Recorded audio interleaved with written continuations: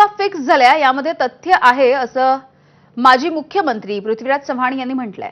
राहुल गांधी यांचं समर्थन करत असताना पृथ्वीराज चव्हाण यांनी गंभीर आरोपही केलाय।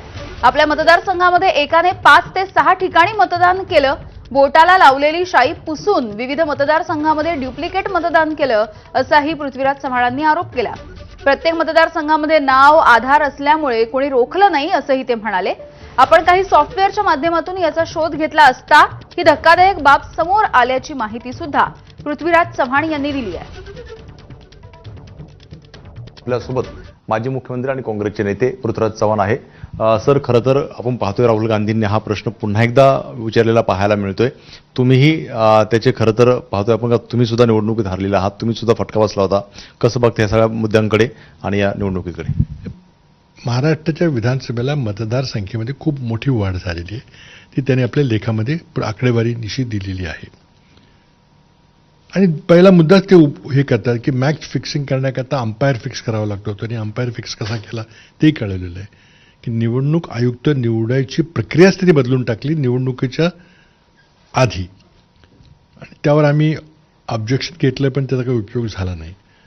आणि त्यामुळं अंपायर जर बायस्ड असेल, पक्षपाती असेल, तर तो न्याय पक्षपाती देईल यामध्ये काही कुणाची दुमत नाही। तो पहिला मुद्दा त्यांनी त्यात मांडलेला आहे।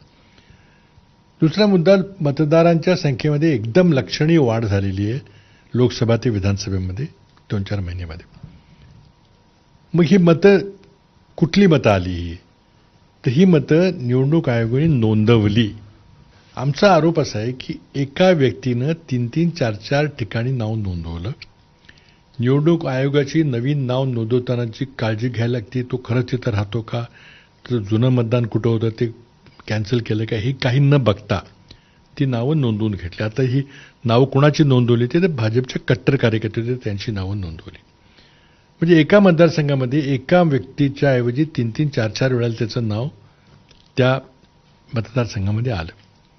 आता त्यांचं मतदारसंघाच्या यादीमध्ये नाव आलं, त्याच्याकडे इपिक कार्ड आहे, त्याचा फोटो तिथं आहे, जो वय मॅच करते, तर त्या माणसाला मतदान करण्यापेक्षा रोखणं शक्य नाही आहे। आमचा प्रतिनिधी असेल तर तो म्हणतो माझं नाव आहे।